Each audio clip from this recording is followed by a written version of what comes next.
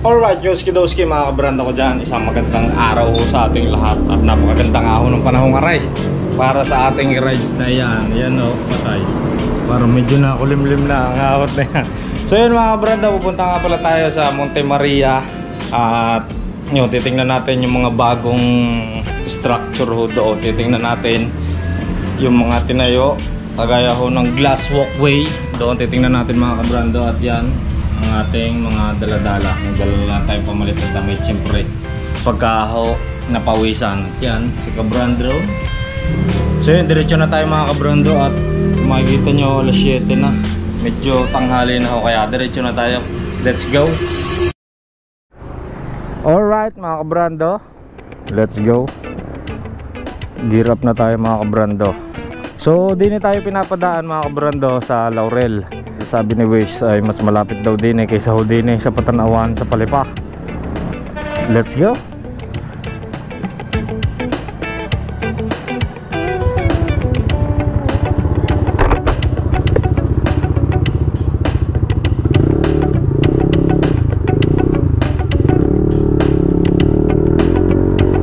Alright, let's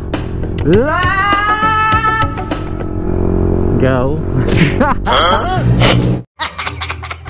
Let's go na mga kabrando. We are very excited ho sa pagkakataon na are. At dahil nga arehong punta natin ngayon sa Monte Maria ay areho ay pangalawang pagkakataon. Dahil unang nakaraan ay marami tayo nagbisita, iglesia tayo. Pero this time around ay tayo lang mga kabrando ko. Yeah. Kaya naman nating pupuntahan dahil nga ho ay meron ho doon na glass walkway na tinatawag. At saka ho yung parang hotel na nasa may nasa may tangwa. Ay nakakatakot ho yun. Titingnan niya natin mga kabrando, para naman hindi na ho natin isipin kung ano baga ang aga yun. Ay di magalipay puntahan na nga ho natin kung gayon lang. Laurel, Agoncillo, tapos Taal, Lemery, tapos papunta daw sa Batangas City. Ay napakalayo ho noon kung tutuusin. Ang Monte Maria, Taal nga ho mahigit 2 oras ang biyahe natin doon kahit nakamotor. Pero wala natin pagka sinagad natin si Baby Telelot.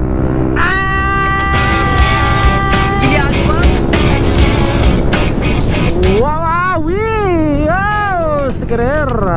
Pagka sinagad natin mga kabrando ay siguro ay wala. Vamos! Sikaraw! Arday!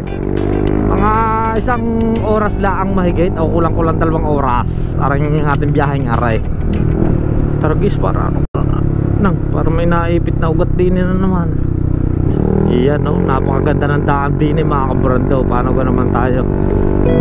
Iyan no, paano ka naman hindi ka gaganahang mag-rides pagkaho din sa may parting Batangas? Wala na kaya ako nakalimutan? Bale. Oh! Iyan no, sa ganda naman talaga ng aming Taal. Iyan ang aming number 1 source of income nung hindi pa ho pumutok ang Taal Volcano. Kaso lang nung pumutok ay yan ang nga ho nangyari sa amin. Hiwa-hiwalay na kamay kung ano-ano ang diskarte ang gagawin. Ay yung namutok lang Sino talaga ang pumatay? Kung sinasabi ng 3 suspect na sila ang pumatay kay Kumiyama, ibig sabihin 3 beses tinangkang patayin ng biktima gamit ang mga face na binukpok sa ulo niya. At nangyari ngayon pagkatapos niyang pumasok sa kwarto ng 3 suspect. Nagulo lang ang pagkakasunod-sunod ng kwento. Ang natatandaan ko ganito pagkakasabi ni Katsumata Kenko. Sa tingin ko, hindi magagawa ni Kumiyama na uminom ng sobra hanggang sa dumating sa puntong hindi na siya makalakad na maayos. Lalo na kung may play siya ng araw na yun. Tama ka. Kung ganoon, bakit kaya hindi maayos ang paglalakad niya? Siguro ang dahilan noon nabugbog na siya ng ibang tao noong mga oras na yun. Kaya naman, ganito ang kwento ni Hoshino Haruyuki kay Inspector Yokomizo. Pero nakapagtataka kung bigla na lang niyang gawin yun.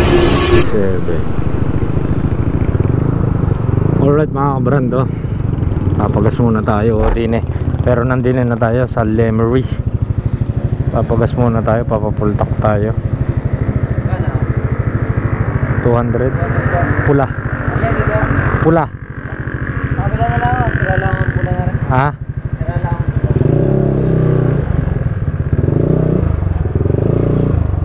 $200 daw pula. 200.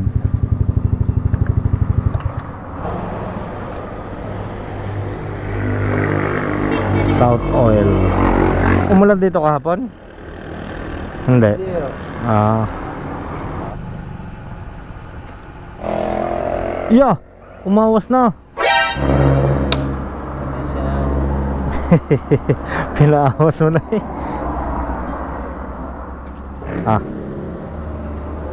Alright mga kabrando, at binusog lang uli natin para dire-diretso ang biyahe namin ni Baby Telelot. Alright, dire-diretso na tayo mga kabrando. At areho, makaliban din ay leme rin na ho.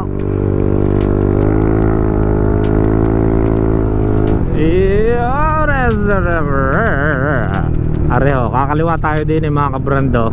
Dahil ho, tayo ay Batangas City. Ayan ho, arehong kanan ay Panasugbo at saka papunta ng Kalaka.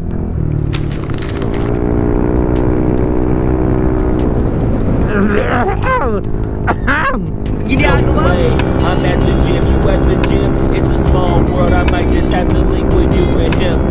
Look up at this girl like, let me get my words right. Cause if she catch me with you, then we going down like Suge Knight. I got a plan, you take your bag like that. Then we gon' hit that gas, making you turn 100 miles in the night. Gotta pray to God that we just do not crash. Okay, acting no scene like I just tried.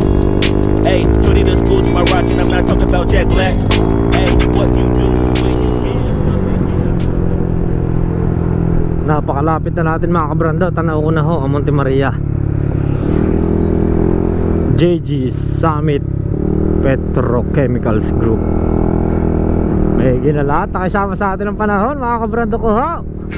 Sana talaga ay tayo makapaglakad doon. Ma-experience natin mga kabrando ang paglalakad doon sa glass walkway.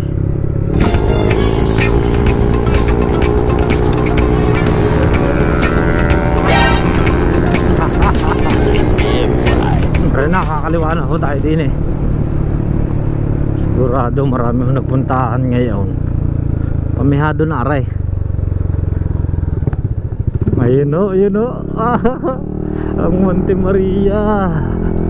Ang ganda rin din eh ho, ng tabing dagat. Very nice view. Napakaganda. Ayan ho.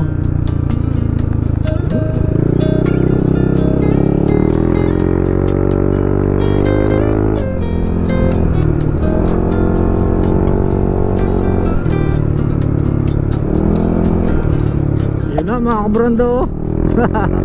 Malapit na tayo. Ilang ikot na lang waray.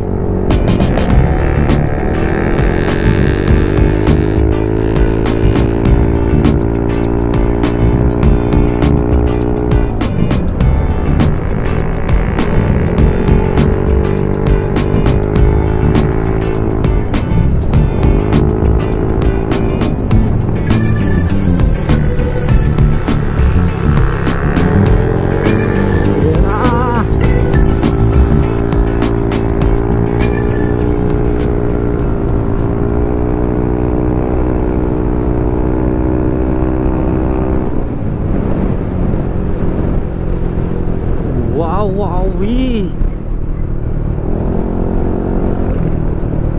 Nung last time na punta natin mga kabrando ko ho, ay parang hindi natin masyadong na-appreciate dahil hindi ho tayo nakalapit doon dahil sobrang init at saka ayun, parang napagod na ho, nalaspag sa pagra-rides. Pero ngayon natin ang malalapitan mismo yung building ng Monte Maria.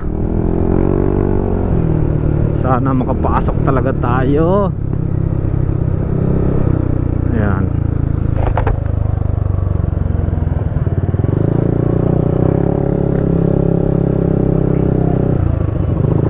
With entrance fee.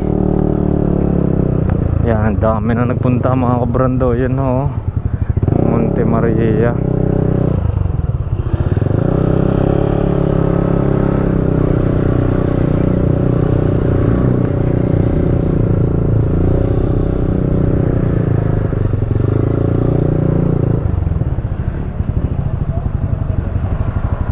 Ayan na, papalapit na tayo.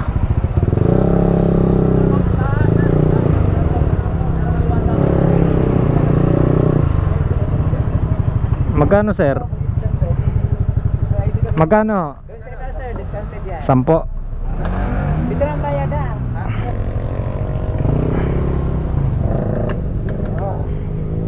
Okay, diretso na tayo.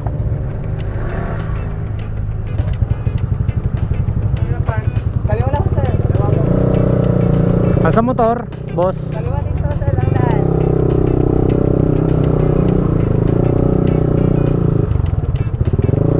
Ay, maglalakad.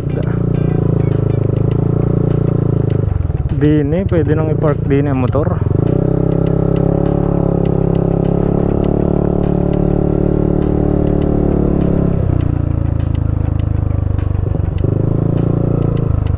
Ay, oo.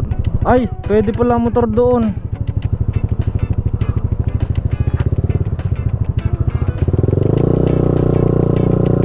Pwede doon. Parang pwede doon, no? Naroon ng mga motor.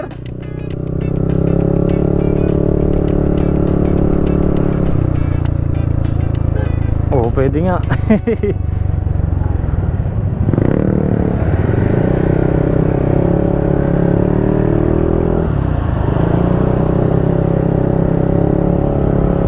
Pwede pala din ay. Ayaw nga, ay mas malapit-lapit. Ayan na, makikita na natin. Makikita na natin. Pero there's no, hanap tayo ng mapaparkingan ng ating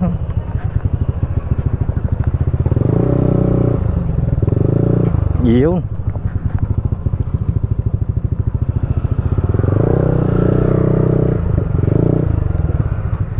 Alright mga kabrando, areho, din na tayo at let's go.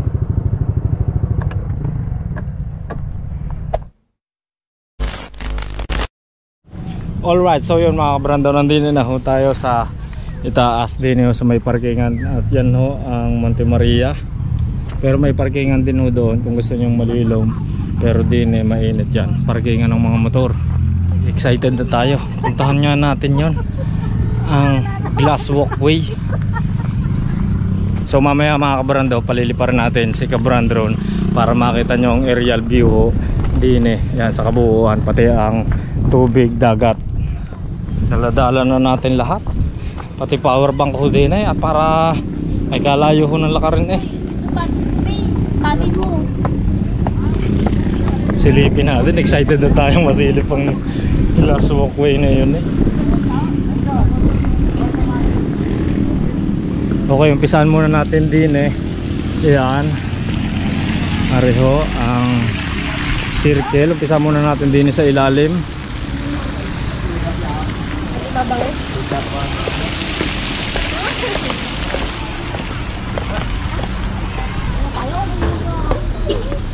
Tapos diretso na tayo pataas. Grabe ang init, pero malamig ho ang simoy ng hangin. Masarap ang simoy ng hangin din kahit mainit mga kabrando. Areho ang glass walkway din sa Monte Maria.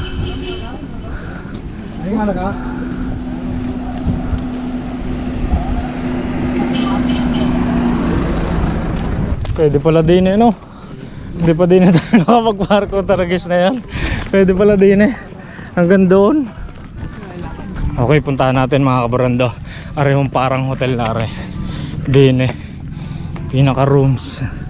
Iyan no, din sa may tangwa. Iyan no, tatanungin natin mamaya si kuya kung ano talaga are. Aring kanilang tinatayong are nang afraid sa fight mo taragis. Lalim. Iyan no, ayun nang ay talagang sarap nga doon. Kitang kita ang view, pati mga bangka, tsaka yung linaw ng tubig sa may tabihan no. Yan ho mga kabarandora. Anong gagawin dito sa mga ano?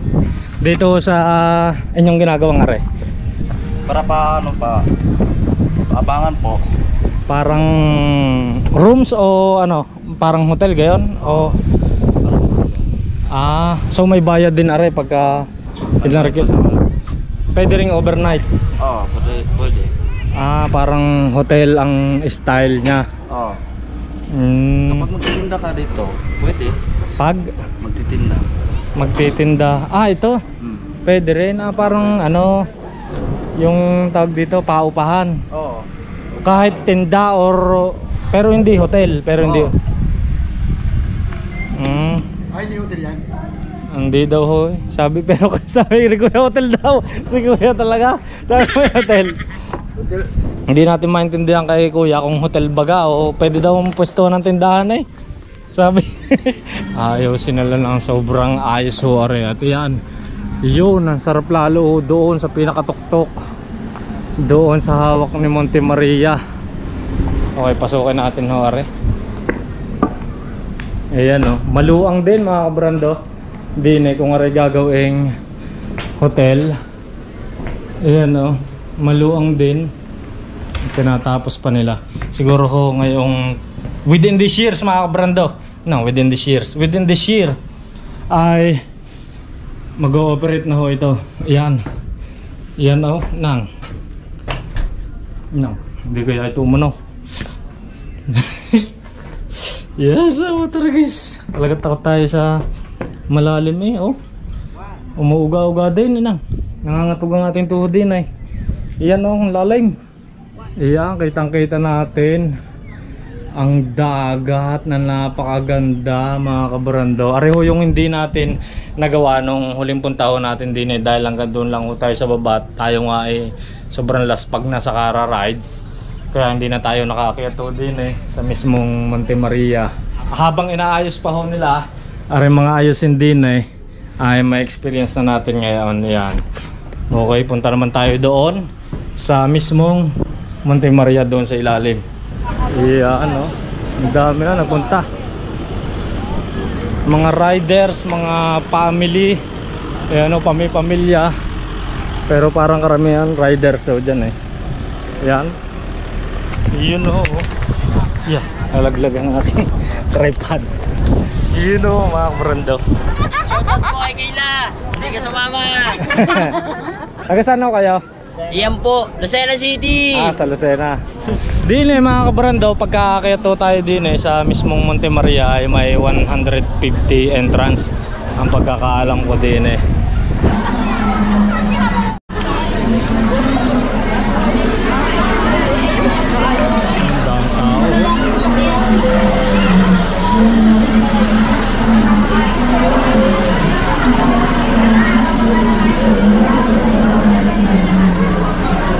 May misa. Okay, puntahan natin din eh sa loob. Tingnan natin kung ano meron ho din eh sa may ilalim ng Monte Maria.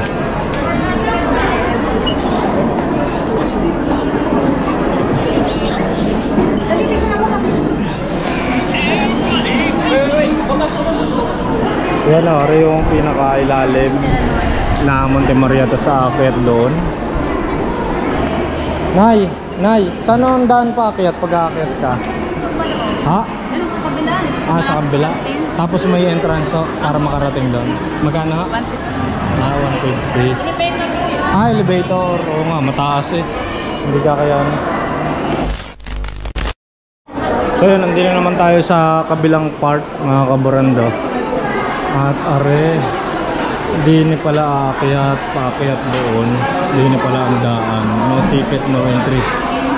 Di na tayo bibili ng ticket. Okay.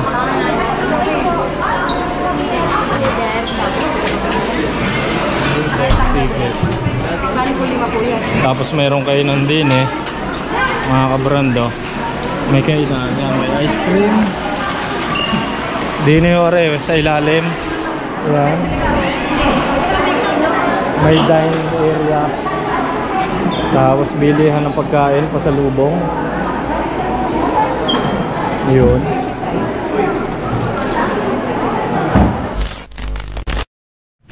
Sir, pwede ho magtanong? Kailan ho kaya ma-open na rin? Bago magpasko. Bago ho magpasko. Pwede na yung puntahan. Ayun, sa ngayon ho ay ginagawa pa na ho. So yun mga kabrando, bale ari ho ang pinakaplano. Titingnan natin din eh. Ayan, ari pala ang daan papunta doon sa walkway. Ayun mga kabrando, ari ho ang pinakaplano pala. Ang dami pa palang gagawin din sa Monte Maria. Ayan no. Ang dami. Ay maganda, may theme park din nagagawin din eh. Napakaganda pala. Ayan no.